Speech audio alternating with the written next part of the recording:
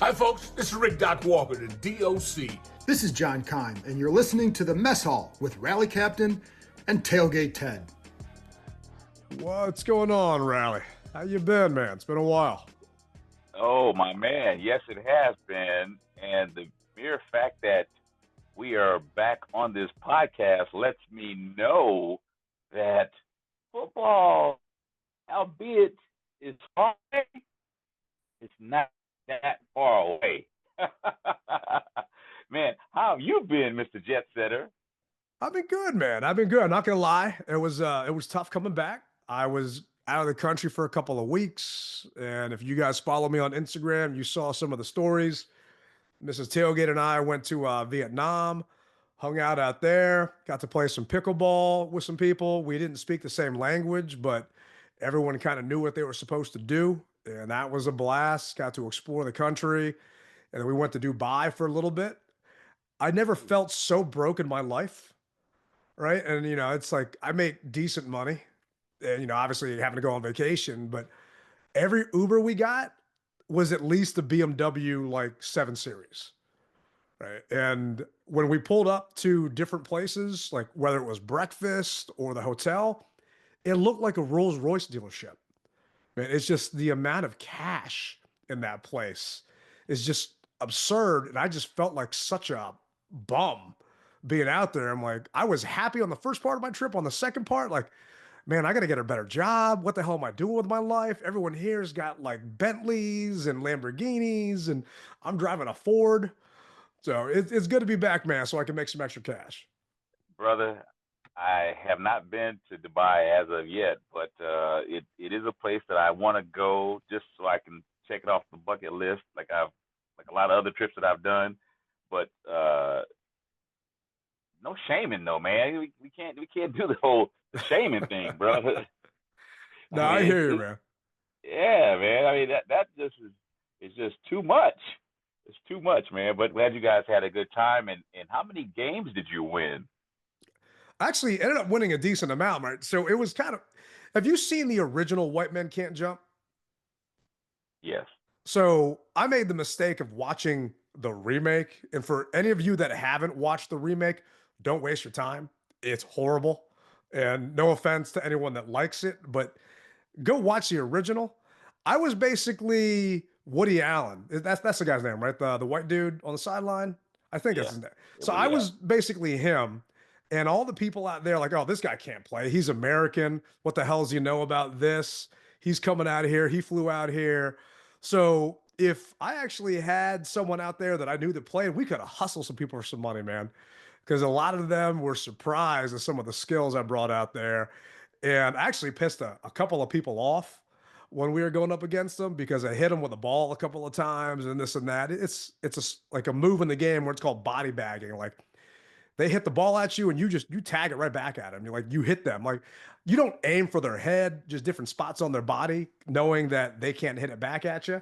And man, this one guy, I found out later that he was cursing me out in Vietnamese. And I think maybe some of the international relations between our country and theirs went downhill when I was there for those 2 weeks. But it was a blast, man. I'm not going to lie. It was fun. But I don't think they're going to be inviting me over to hang out and play with them anytime soon. Let me find out Ted is doggone starting a new Ted offensive in 1968 or something, man. Well, damn. Okay. Well, gee, man. So okay. Where did pickleball originate from? Since they think that you couldn't play or whatever, you know what I mean? In Seattle, man, in the U.S., in Seattle, So back in the 60s. It started in Seattle, but yet they felt that you couldn't play. But all right, Yeah. okay. This All right. American coming out of here can't speak our language.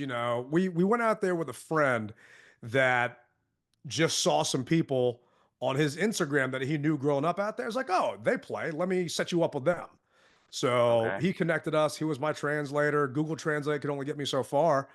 And I showed up at the court and played with them one day. Then they realized that, damn, he actually can play. So I ended up playing 4 more times out there with a bunch of different people that was just higher and higher skill level. And it was one of the best players in the world is actually Vietnamese. He's this 18-year-old kid. And I reached out to him saying, hey, I'm going out there. Where can you recommend I go? And it's huge out there because of this kid, right? They all love him. So it's blown up out there, just like it's blown up out here. But I'd say it's a rich person's game out there. It was like the parking lot in Dubai. It's 2 o'clock in the afternoon, and all the cars, and I'll put a post if you guys are watching this on YouTube, they were Porsches, they were Lamborghinis, they were, big high-end Range Rovers, because it's a rich person's game out there, because the paddles are expensive and cost of living out there is super low. But it was a ton of fun, man. I definitely, not gonna lie, I would have loved to have stayed there until training camp started because I really enjoyed my time out there. I'm still I getting bet. crap from Eagles fans, right? I put something out the other Really, day. Still, man, they won the really. Super Bowl. They had their parade, and they're still giving me a hard time. So a lot of people are like, "How come you didn't post any pictures of you and Mrs. Tailgate?" Because I still have them photoshopping pictures of me, and I just don't want her catching shrapnel from that. So, yes, she Yeah. went on vacation with me. Yes, we were out there. I just didn't want to deal with all that mess from those Eagles fans going back and forth. And it was just nice to unplug and get away for a little bit. Yeah, man. That's what it's all about, dude. That's what it's all about. They have nothing to do up there other than eat cheesesteaks and still give me a problem on social media. But it was nice to unplug. Is damn good to be back, right? There were a lot. I don't want to say a lot happened while we were gone, while we took the month off. But the second I came home, all of a sudden I see on my feed no tailgating at RFK. So I wanted to tell the pilot, let's turn this thing back around. I ain't coming back now. Right? What am I coming back to if you mean I can't tailgate at RFK? But I mean, what did you think when that news broke? And it has been almost a month since that story came out by Eric Flack over at CBS. But what did you think when that dropped? Well, for all of our listeners, if you go back through our podcast, we've been talking about this. Maybe not as much as no tailgating, but we've been talking about the space is going to be very limited. And which one would you rather have? Would you rather have, you know, to be on the RFK land, or would you rather build right next to FedEx or Northwest Stadium? And a lot of people just didn't believe what, I guess, didn't believe what we were saying, or they just thought that that's not possible. There'll be some semblance of tailgating, which I honestly believe that there still will be some semblance, but you'll have to do it away from the stadium, if you will, because how did they do it before? There was tailgating before, but nevertheless, I, I it's hard to believe, but at the same time, it's believable Yeah. because they're going to have to take up a lot of that space for this new stadium, this new state of the art stadium. And I've always said it. I'm not an architect. I don't know what they can or can't do, but uh, there's only so much that you can do with space. So it's going to be a bummer, but this is just it's one of those things that we signed up for. And Tim, before we go any further, this isn't a political show by any means, but I feel as though I have to give just a brief second of silence to everyone that's lost their job. And I know this is not a political Yeah. show, and this is as far as I'm going to go with it.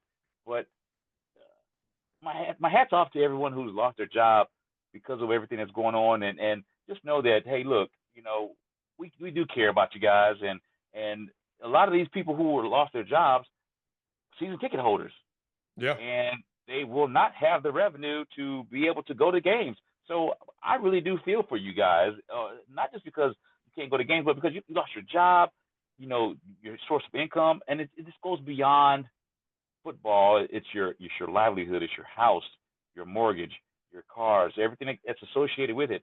So just my prayers go to you guys. And as I said, isn't a political show, but at the same time, I feel as though we've got to say sorry to those people who have lost their job, who are loyal listeners. Yeah, no, I'm right there with you, man. It's not knowing what we were coming back to, right? Just being overseas for 2 weeks. I'm just trying to stay off of social media, and then I'm seeing all these different things. Mrs. Tailgate wasn't sure what she was walking back into. She works for the government. Not going to get into where, but Yeah. just hearing about all the cuts and this and that, hearing you talk about it, I know people. I'd say all of our listeners probably know someone that has been affected, right? Yeah. And we go to football and this podcast and other stuff as a break from the real world, if you will. Yeah. And that's I guess how we're lucky to be able to do that, because we've got disposable income to do that. But something I've always said is I'm going to enjoy FedEx Field / Northwest Stadium as long as I possibly can, because I don't know if I can afford RFK when it comes up. Yeah. Right? I don't know what a PSL is going to be, what they're going to do. They spent $6 billion on this team, so best believe they're going to try and get their money back. Right? And they'll take care of you. It's like, no, Rally and I talked about this before. We pay for our own tickets, right? If there's a PSL, he and I are going to have to pay for our PSLs. It doesn't work like that. Like, people are saying, oh, well, you're Tailgate Ted. They'll find a spot for you to tailgate. Like, nah, it doesn't really work like that, right? Mayor Bowser had a press conference, not really a press conference, but she was doing a community meeting at a high school in DC. And it was 2 days before I came home.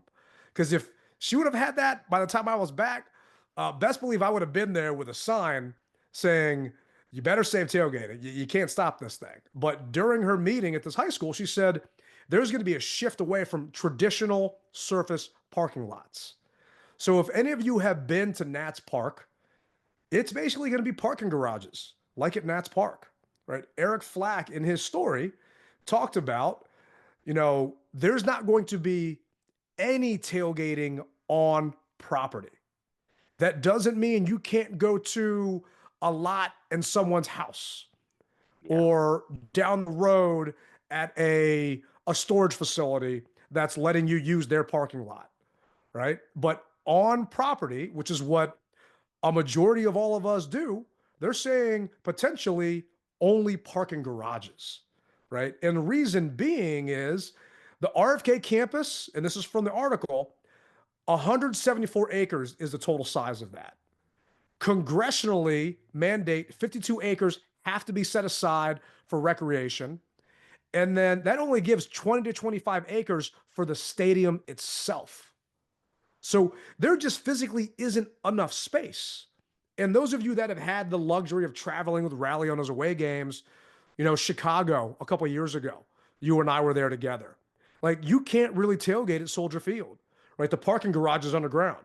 So people tailgate all around Soldier Field in different alleys underneath the subway or the metro system out there, whatever the hell it's called. But you're not next to the stadium. The L, yeah. Yeah. Being in Detroit, we weren't tailgating anywhere near the stadium, so we had to take a golf cart to the actual stadium itself, right? Being in Atlanta, the Falcons have their Home Depot lot where only the quote unquote super tailgaters could go to. And what my concern is, if they do decide to put this thing and only allow a select few to tailgate, it's going to be premium seat holders, people that have dream seats or people that have the tunnel club and stuff like that, where you're paying thousands and thousands of dollars just to be able to tailgate. And for me, that's just not okay, right? I don't want to have to go to a bar ahead of the game. Like, being in Seattle, I got a bunch of friends that are 12s out there. There was no tailgating scene in Seattle, really. They all just bargate. And it's just, it's not the same for me, man. Tailgating has been a huge part of our life. And the Junkies had me call into the show so I could give my opinion on it just because of the name. And for me, screw RFK if it means we can't tailgate out there. Keep me in Landover all day, every day. But I don't know how the rest of our listeners feel, but that's just me. Yeah, it kind of reminds me of for everyone that went to New Orleans last season. New Orleans has the similar situation where they funnel everyone to the left of the stadium, and there's a stage, and they have plenty of beer tents or liquor tents or whatever have you. I don't think they actually sold any food out there. I don't remember. I just know they had plenty of alcohol. That's what it's going to be. You're going to have vendors who are going to be out there who obviously will probably, the monies will go to the organization because it'll be set up to funnel back to them. But I'm sure they'll have a stage for a band and the different beer tents and liquor tents or whatever have you. And after that, you got to get your butt on inside the stadium. Yeah. So maybe what'll happen is the food choices will be top notch. I don't know, but as you said, that's going to be expensive. I mean, it's not going to be like Atlanta where you're going to get stuff for cheap. Like down at Nats Park, you can go to Salt Line. You can go to the Mexican place down there. There's other spots, but you're paying a premium. And okay, it's not about, for me, not anymore. When I was younger, 20 years ago, it was about not spending as much money on alcohol inside the stadium. So I would drink outside with my friends and we're hanging out, we're shooting the S. And that's how it is for some people, right? And I get that. You don't want to spend $15 for a beer. For me, it's about getting together with our fellow fans. When I say our fans, I mean like the fans of the team, not fans of Tailgate Ted and Rally Captain, right? It's about, there are certain people that I only see, and I'm sure you're the same way, during football season, right? Seeing them on Facebook and Instagram and Twitter ain't the same. But we only get together during football season because you got people driving up from the Carolinas. Shoot, my little brother drives up from Virginia Beach, right? Every home game. Every home game, yeah. Yeah. Right. I know Hog Farmer Chris doesn't live local, right? He's driving up every home game. And it's sometimes it's the only chance. So you mean to tell me we don't get a chance to actually hang out together? We all got to go to a bar and go do this? It's not going to be the same experience as it is when you're outside. And money be damned, that has nothing to do with it, at least from my aspect. There's something to be said about just kind of hanging out together outside and tailgating and just being with your friends versus being stuck in a bar where your butt's to nuts because the place is packed and then you got to go walk inside. It's not the same at all. Yeah, it's not. And as you said, I'm sure that what's going to happen is the residents who live around there, this is going to be like a backyard barbecue for them, and they can charge money to park your car there as well as maybe utilize their front yard for a tailgate. I'm not sure what DC laws have as far as barbecuing or cookouts or whatever have you, but I see this being a huge moneymaker for the people who live in that area and around that area. Those are the same people who also don't want it. So this is going to turn out to be something very, very interesting. And I've always said, we know that the football stadium probably should be in DC, but when you look at everything that you're going to give up, it's like, maybe we should think twice about it. And that's why I want to talk about this. I know it's been a couple of weeks, but we know ownership has listened and they've actually changed things because of the fans, right? Use your voice, guys. Let them know, because I actually put a post. It was, I think it was ESPN 980 used a picture from our tailgate as their story. Like, would you be out on RFK if you couldn't tailgate? And they used a picture of our group together. And I reposted that. And like, what? People replied back, what? You can't tailgate at RFK? What are you talking about? And they did not know. People don't pay attention to sports talk like you and I do and like some of our listeners do. And some of our listeners don't pay attention. They just use us as a way to catch up. So that's why we're kind of rehashing stuff that happened a couple of weeks ago. Guys, this is for real. Eric Flack, I know Eric very well. This isn't some report that he came up with to get clicks. This is literally something Mayor Bowser said, and she is trying to model the stadium around what the Minnesota Vikings have. And yes, the Vikings do have tailgating at their stadium in Minnesota, but you're talking cash lots, not on property. And the stuff property is tiny, right? It is going to completely change the way we enjoy game days, right? And, I called in a Grant and Danny because I was chatting with those guys about it. And yes, it's going to be nice to have a new stadium, but after a while, our new stadium is going to get old. Right. And we're going to want to go back outside and tailgate and do what we've always done. We had 2012 when we were good. That's the last time we were probably any good. And through the lean years, the bad years, we all at least had tailgating to kind of fall back on and enjoy. That was the best part of game day, really, until Jaden got here. So eventually it's going to get bad again. That's just the way things go. I mean, look at the Patriots winning all the Super Bowls, and right now, they're freaking horrible, right? But Yeah. guess what? They can still tailgate and do everything they want to out there. So I guess I'm just saying this. I want to talk about this because I want you guys to use your voices on social media and to your ticket reps and everyone else about how that's a no-go. That's a non-starter if it means we can't, because ownership has not chimed in.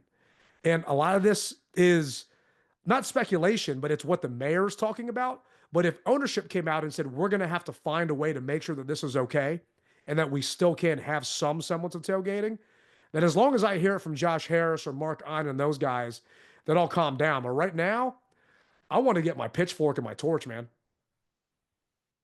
You don't want it, and we don't want it. And once again, we talk about just the amount of room that the parking lots have at Northwest Stadium, and me walking pretty much close to 5 miles when I tailgate, and people say that you don't walk that. Yeah, I walk those lots.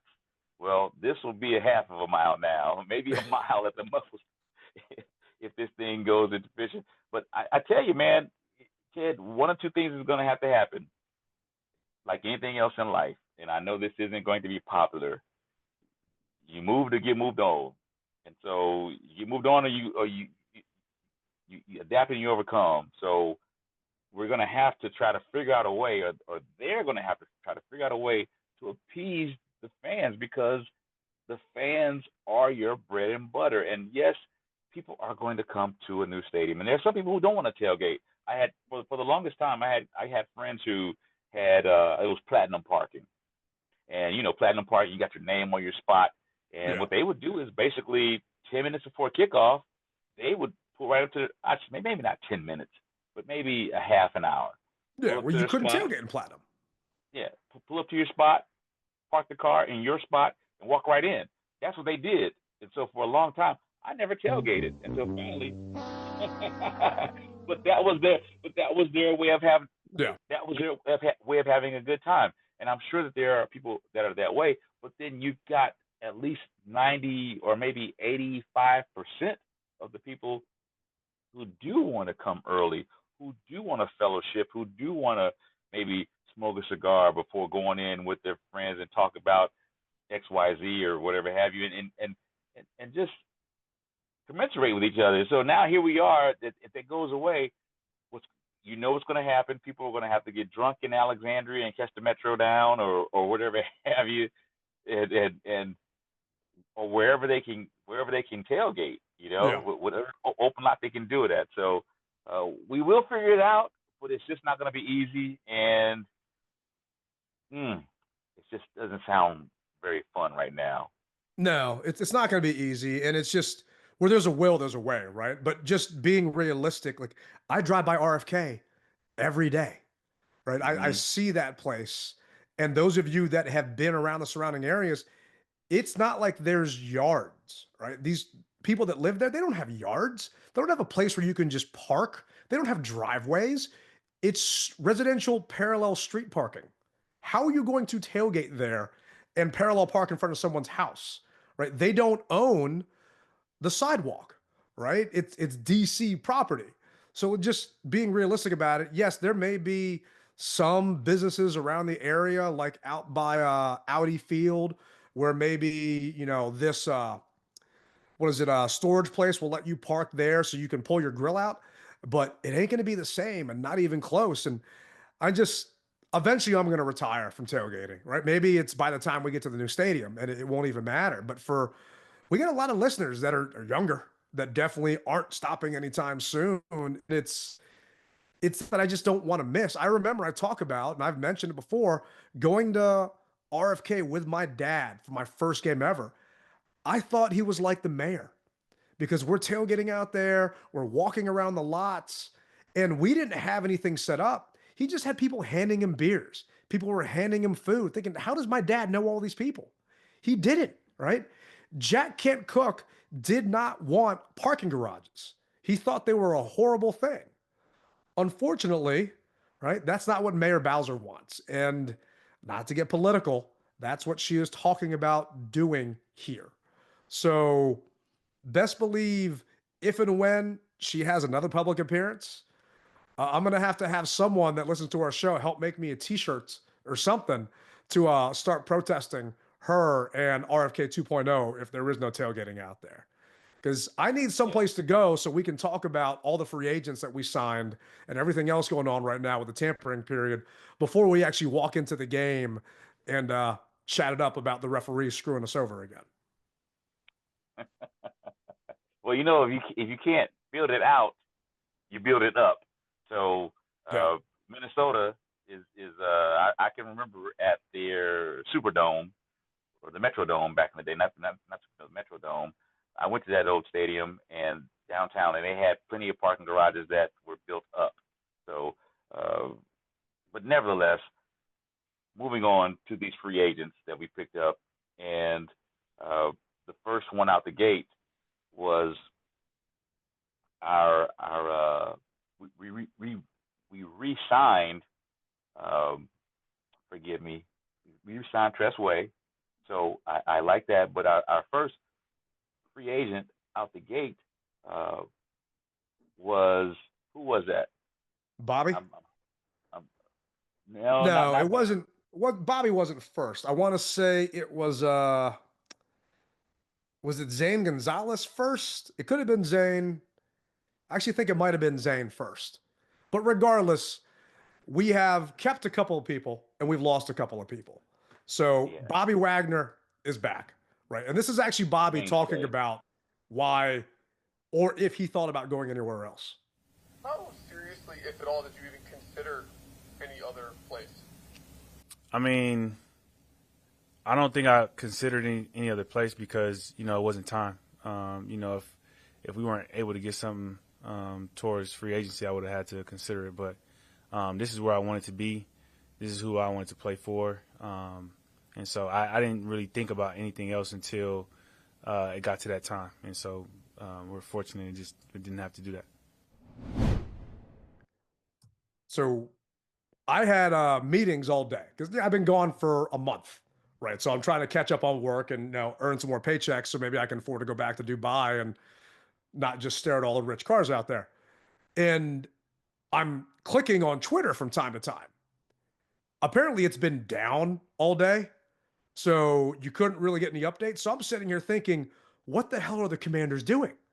We're not signing anybody. We've only brought back a couple of our guys. So Bobby Wagner is back on a 1-year deal, and apparently it's worth $9.5 million.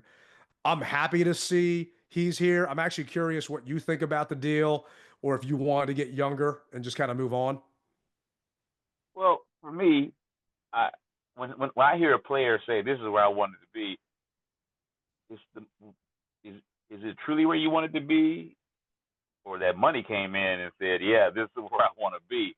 But going back to what I was getting ready to say, Debo was our first guy that we signed, and I was having a brain fart. So forgive me, listeners and Ted, that I was having a brain fart. Debo was our first guy that we signed in the big splash moment. But Bobby, when I hear people say, "Yeah, this is where I wanted to be," I'm glad that he's here. I'm hoping that we can find a younger linebacker because Bobby can't play every snap. We talked about this. He can't play every snap. I mean, he's a great, solid player. And depending on who else we can pick up on the defensive side of the ball that can keep the linemen off of him, I believe he can make plays. I just want to have a great backup for him that can come in so he can take a breather because let's face it, you get older, you're not as fast as you used to be, and somebody's got to come in who can, another green dot, who can take up the slack when he needs to take a breather. Yeah. I mean, I'm happy that Bobby's here just because we don't have someone else to wear that dot right now, right? And linebacker has been such a huge issue for us for a long time, and he solidified the position, right? I mean, he made the Pro Bowl, and granted, he is up there in age and isn't as fast as he used to be, but he's the best option we got. And to have another 1-year rent on him, I'm perfectly fine with it. Really, I'm fine with everything that they've been doing. And yeah, you talked about Yeah. Debo. I mean, I was ecstatic about the Debo trade. The fact that we're getting Debo for a fifth round pick. I mean, it's a freaking steal that he's coming here. And people are saying, oh, he hasn't been healthy and this and that. I think he's only missed 2 games in the past couple of years, right? Last year he had pneumonia and some other stuff going on. But the fact of the matter is, the guy's a freaking workhorse and he's a stud and he's coming back to work with Adam Peters and he's in a contract year, right? So he's going to be motivated to put up some numbers. And actually was going to send it to you. I forgot to do it. But he's not leaving San Fran on bad terms. If San Fran's smart and they wanted to hurt him, they wouldn't have let him go to an NFC team that they're going to have to possibly compete with. But they wanted to do what was best for him, and they let Debo go out and try and find this trade. And it made sense. So I'm excited that we got him here because he immediately is our number 2, right? Terry's number 1. Debo goes number 2. Who knows who our number 3 is going to be, right? I think De'Ami Brown is gone, if I'm not mistaken. We're recording this. It's Monday at 6:30 on the 10th. So I do believe that De'Ami signed someplace else. And you know what? I'm happy for De'Ami if he's going to get paid.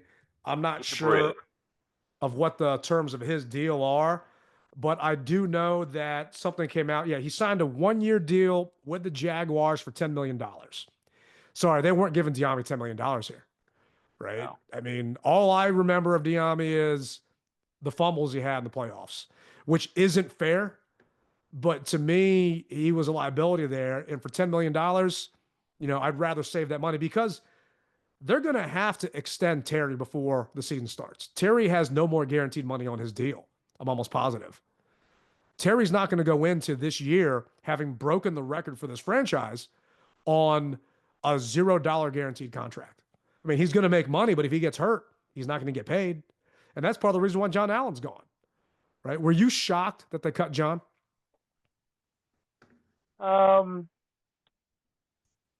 Yes, but no. And I say that because we know that he was going to require a lot of money. He just was. And even though he's a great player, they look at a lot of factors. And one of those factors was, hey, man, you were hurt. And even though you were hurt, when you were healthy, guys are still running through us like butter. Yeah. Hot knife through butter. And so something's got to change.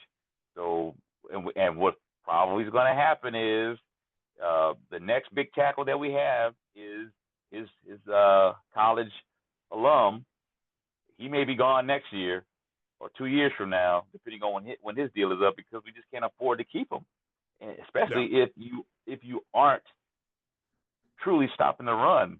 And a lot of times, those guys are running the ball right through that gap, and so you can't put everything on them because it's obviously it's a team sport.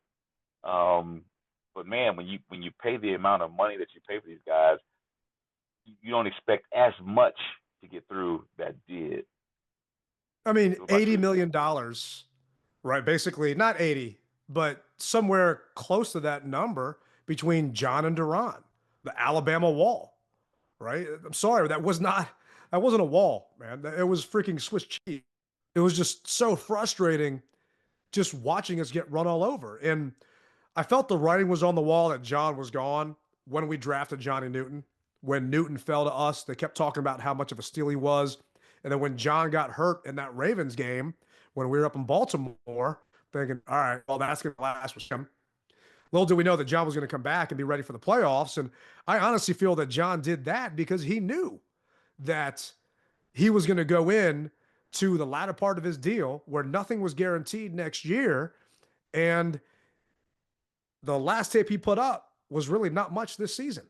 So he had to come back to try and put some more tape up to try and get something done. And he worked with the team to try and work out a trade. Unfortunately, there was just no one willing to dance. Right? It was like me in my 20s. I'm just sitting there dancing in the corner by myself because I couldn't find someone to dance with. I mean, that was just John waiting for someone to try and pick him up and sign him. But instead, The Commanders did what was right for John. They cut him. They let him go. He's talking to other teams, but to replace John, don't know if this is a direct replacement, but we just picked up Javon Kinlaw. Kinlaw was a first-round pick by the Niners. He was PFF's 43rd best interior defensive tackle, right? John Allen was the 42nd best defensive tackle, according to PFF last year. So is it a huge upgrade from John? I don't know, but he is younger than John. So that's one thing going for us. And his rush defense grade was a 119. John's was a 172, right? It's not that, I guess, promising because we need to get better at the run, but he's cheaper than John was. He's younger than John was. And is he going to be better? I don't know. All I know is I trust Peters in all the moves he's making because they have all worked out so far, except the jury's still out on Lattimore because he was banged up when we got him. I'm just hoping that that actually pans out in the long run. But John's gone. We brought in Javon Kinlaw since you and I have been talking. So hopefully Javon can do a better job next to Duran stuffing up that run because our run defense has been freaking atrocious. And thanks to the Giants, we got to worry about Saquon for how many more years? Yeah, well, I mean, he's still with Philly. Yeah, he's still there, so it ain't gonna be no easy task. And you asked me what do I think about? I've always said you got to have beef up front. You got to have that beef up front to be able to stop the run, and it just wasn't happening. And look at the Dallas game. Let's look at that game. It came down to the last play of the game because Dallas was eating our lunch with a backup QB with backups. I mean, we had our starters in, and their team was decimated with injuries, and they were still running the ball on us. So obviously that was a sore spot with Adam, the team, as well as the fans, and he had to change. So now we're going to see just how well these pieces, and we talked about it last season, these pieces are coming together and see what they're going to do. And all this means nothing right now. It's all paper.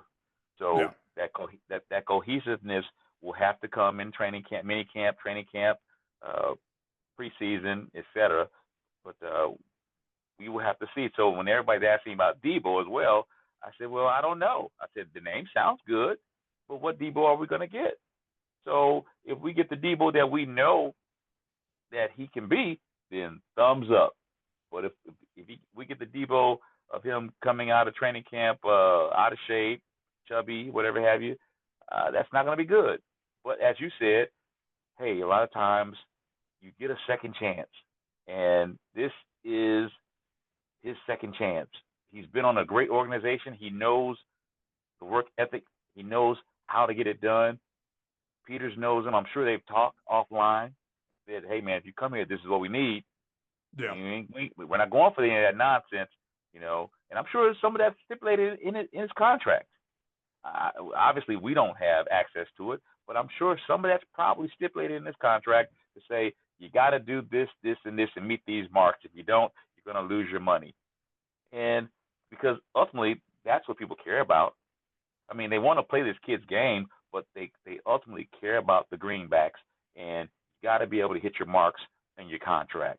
And so I'm sure that a lot of that's probably involved in there to say, look, you got to be at this weight, or you got to be able to do this, or you got to be you know what I mean? Everything that's going to be stipulated. He's got a new chance. He's in a new city, a new system, and everybody wants to be here. So it's time to show and prove. And that's all I can say about that. It's a contract year for Debo. He doesn't perform, he doesn't get a good contract next year. If De'Ami Brown can make, and this is no slight at De'Ami, but if De'Ami can make $10 million with the Jaguars, knowing what he put up, Debo should just kill that. And it sounds like I'm hating on De'Ami, but I'm not. Like, De'Ami just didn't have huge numbers, and he'd been here for a while, right? It's the wide receiver market is crazy right now. There's not a ton available. So I'm thinking that's why De'Ami got paid so much. But last year, he had 30 catches for 308 yards, right? He didn't have a ton, right? He had 40 targets, right? and he made $10 million. So best believe Debo is going to have more than 30 catches. If he doesn't have more than 30 catches, he got hurt, something happened, right? And then that's a completely different story. So he's incentivized. Like, we're all coin operated, man. We don't work for nothing. What bigger of incentive is it if you know you have no contract next year? You're an unrestricted free agent. Remember when Duran balled his ass off and had all those tackles and sacks? Contract year. Yep. So, I'm not sure if there's any greater motivation than that, if he actually wants to stay in this league and go from there. So I've got no doubt that our offense is getting better at wide receiver. Maybe they'll re-sign Noah Brown. We need someone to take the top off. So they still need to do something at wide receiver. I'm not happy with what we got. And no knock against Luke McCaffrey, but he is not that guy to take the top off. Debo's more of a slot guy. And hearing everyone talk about it and going back and watching a bunch of Debo film, like, you can't play man-to-man against Jaden. Because if you do that, Jaden's going to see all the DBs turn their back and he's going to run. So you got to play zone. Well, Debo is damn good against the zone. So I think our offense just got better.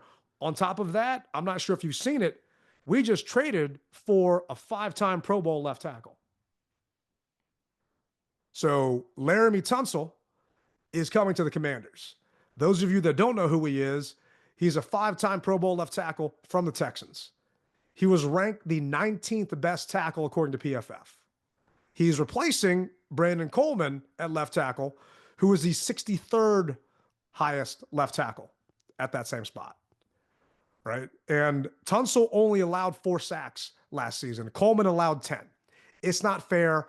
Coleman's a rookie, but we need better protection for Jaden's blindside. And just looking at it, I couldn't be happier with this, because to me, we got to compete with the Eagles. I don't want to go back to their freaking stadium and get blown out again. Best believe we're going to be there. I just like the game to be a little bit closer next time. Yeah. So I don't got to deal with getting harassed. All right. And if we have Tunsil out there protecting Jaden's blindside, it's going to be a closer game, because we saw what Philly did to the Chiefs and getting all the pressure they got on Mahomes, right? Their front four are freaking beasts. And I'm hoping we can steal one of them away and sweat. But Tunsil coming here, man, right now, I'm excited about Debo. Don't get me wrong, but I'm all in on this Tunsil trade. I think it's a good trade. Like you said, you got a guy who has experience, and no shout to Chris, but you gotta mature in the position, and he did his best. And that's all we could ever ask a kid to do, is his best. I mean, he was coming off a little bit of an injury aspect of things as well, but we're going to see what he has, because I'm sure they're going to put him in a position to succeed. So right now, our left tackle, he's solid. He's a little older, but he's solid. And so I look at Trent Williams. Trent is still doing magical things in San Fran. So if we've got someone who's on the caliber of Trent, it's all good. And once again, in Adam, we trust. Yeah. We do. Because he has more scouting, if you will, acumen than we ever would. So I'm going to let him do this thing, and we trust that he will do the right thing, and he wants to get a ring himself. So I look forward to it, and welcome to the squad. I mean, for you, what position or positions do you want the Commanders to focus on, right? You've got a bunch of people that really wanted us to trade for Tyreek Hill, right? And just get a faster wide receiver, right? You've got people that wanted us to trade for Myles Garrett. But personally, Rally Captain, where do you feel we need to improve? Because let's be realistic. We're ahead of the rebuild, but we are still rebuilding. We're still trying to replenish the freaking pantry because Rivera just bled the damn thing dry, right?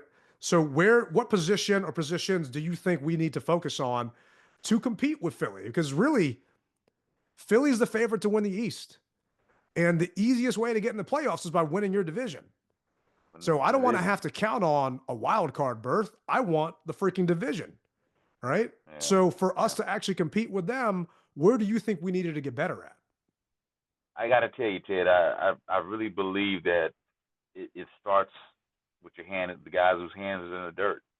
And I honestly believe that you need guys on both sides of the ball with whose hands are in the dirt to make plays. I really do, to protect Jaden as well as get pressure on the opposing quarterback. And I think that everything else can work itself out because you just said it. We saw what Philadelphia did. They've got beast on the offensive line, and they've got dogs on the defensive line. And if we could ever get that, I believe that you can disguise your shortcomings because let's face it, our offensive line wasn't bad. It wasn't very good either. Jaden disguised a lot of the deficiencies that our offensive line had. So, and guys who are on the offensive line that are listening, I don't want your job, and I'm not saying that I could do your job, but if we're going to be real, let's be real. There was a lot of pressure a lot of times, but Jaden was able to escape, get out, whatever have you. Kind of like 2012, the 2012 offensive line wasn't the best, but because of RG3's speed, he was able to get out of the pocket, prolong the play, and get the ball down the field. But going back to this season, I need somebody on both sides of the ball who can get to the ball as well as block for the gentlemen who have the ball in their hand. So that's what I want. I believe that you can still find talent in the later rounds for that good receiver because how many college football teams are out there? There are a lot of college football teams that are out there who have speedy receivers, good receivers. Adam will find them. I believe he will. And you can pick those guys a little later in the rounds, deeper in the rounds, I believe. But you got to be able to create space for guys who put their hands in the dirt to get it done. What about you, man? I'm right there with you, man. And I know it's not fun that we just agree on the same thing, but really, the offensive line looked better because Jaden got rid of the ball in 3 seconds, right? And he could move and he could scramble and you had the threat of his legs. And that's one of the reasons why I didn't want some of the other quarterbacks that were out there. Right? I wanted Jaden because we knew that the offensive line was a problem, right? Andrew Wiley, Nick Allegretti, those guys did not give me confidence that we were going to be okay, right? And who knows what's going to happen with Wiley. He might not be here. He could be a cap casualty. They could move Coleman over. I really think that, Cosme going down in the playoffs, I feel that they're going to move Coleman to guard to fill that spot because a lot of people thought he should have been a guard when he got drafted. So maybe they just move him in there until Cosme gets healthy again because Cosme's not going to be ready until probably, midway through the season next year because he got hurt all the way at the very end of the season. And maybe we keep going with Wiley. And then eventually when Wiley's contract's done, Cosme's back, you move Coleman out to right tackle, which is a lot easier than left tackle. But our running game has been bad, right? It's just, people were joking that anybody could have ran behind that Eagles offensive line because their guys were just freaking maulers. Even after losing Jason Kelsey, they're still badasses. Saquon's just on another level. But is Brian Robinson really that bad? Or is he just getting hit the second he touches the ball? Right? I think it's the latter. Right? I think that he's just having a hard time because the holes just aren't there. And people kind of caught on to what was going on. And we were using smoke and mirrors for a lot of the run game. If you go to listen to Logan Paulson and his I can't remember the name of the podcast that he does to Craig Hoffman, talk about all the movement with the offensive line, trying to throw the defensive line off. And eventually the defense just realized this guy's moving here. He's just trying to throw me off by this. They're not actually running there, right? It was a lot of smoke and mirrors towards the end of the season. and people had film. And you talk about Kingsbury's offense where they got film on it. I think that's really what happened because they were trying to mask the deficiencies of our offensive line. And if we had better protection and if we got better pass rush, then it'd be a different story and we'd be able to compete. And Jaden makes it so we don't need as many players, right? We can get by. But I think the team realizes that now is our window to actually push and do something. So they're making trades because we did hear Peters when he came on board saying that he would rather build through the draft than signing free agents. Well, we gave up a 2025 third and a seventh, a 2026 second, and a 2026 fourth to bring in Tunsil. And we got a fourth round in 2025. So he's giving up draft assets for Tunsil to come here. So for him to do that shows me that he believes that Tunsil is legit and he's what we need to help push us over that top because we know how Peters values those draft picks. And Jaden has to have time to be able to complete a 5 to 7 step drop to get the deep ball to Terry or to Debo or whomever we're going to be bringing in as a speedy receiver. I mean, it's just common sense. So you go 7 steps. I mean, that's a lifetime, for a pass play. You got to have time.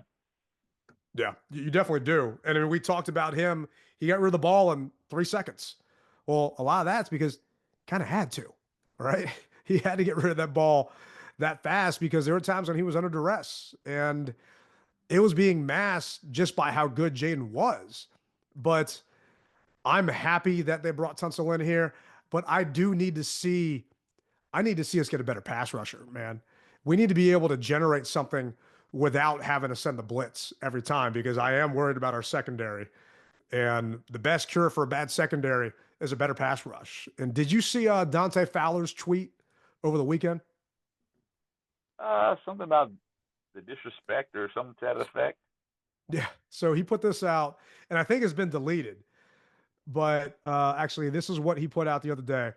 I play half of the snaps and got the same stats of the people y'all been dick riding on. Make it make sense for me. Tired of this. And he put a poop emoji. And then he tweeted, the disrespect, I can't take it anymore. And this was on Sunday. He tweeted that out. And De'Ami Brown apparently liked it. Right. And Dante had, let's see here. He had 11 sacks. He didn't have a sack. He started off fast. He didn't do anything in the playoffs, right? I'm looking at his grade in the playoffs. The wild card game, he was a 57 with PFF. Detroit game, he was a 59. And the Eagles game, he was a 45.3, right? So when it got to crunch time, he didn't do much. And maybe that's why they're not offering him a big contract. Maybe that's why they're letting him test the free agent market or what. But I'm sorry, I need more than what Dante gave us, right? He ended up getting a bunch of sacks in the beginning of the season, but as the season moved on, he had a bunch of bad games, man. The game against the Eagles, the first game, his PFF grade was a 33. The second game against the Eagles was a 45. Guess who we need to beat? The Eagles. And you're not matching up well against them for whatever reason, so I need someone else that can. So that's the next piece that I'm hoping that Peters can find. And you and I texted. We were going to try and do a show last week. And we didn't get a chance to, just schedules not matching up. And I'm happy we're able to do one now. And for those of you wondering, we're going to be back once a week. Just make sure you subscribe so you can keep up with the show or follow both of us on socials.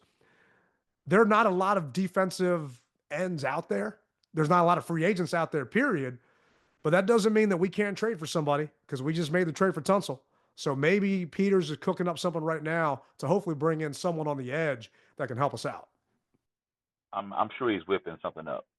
And to back what you're saying, to be in that position of a pass rusher, you've got to have an endless motor. And I just haven't seen a lot of guys who have that motor. Like, even though he stays hurt, Bosa, which I don't believe we're going to try to get Bosa, but just somebody that guy, it's like he doesn't take a play off. He's always, always in the middle of something.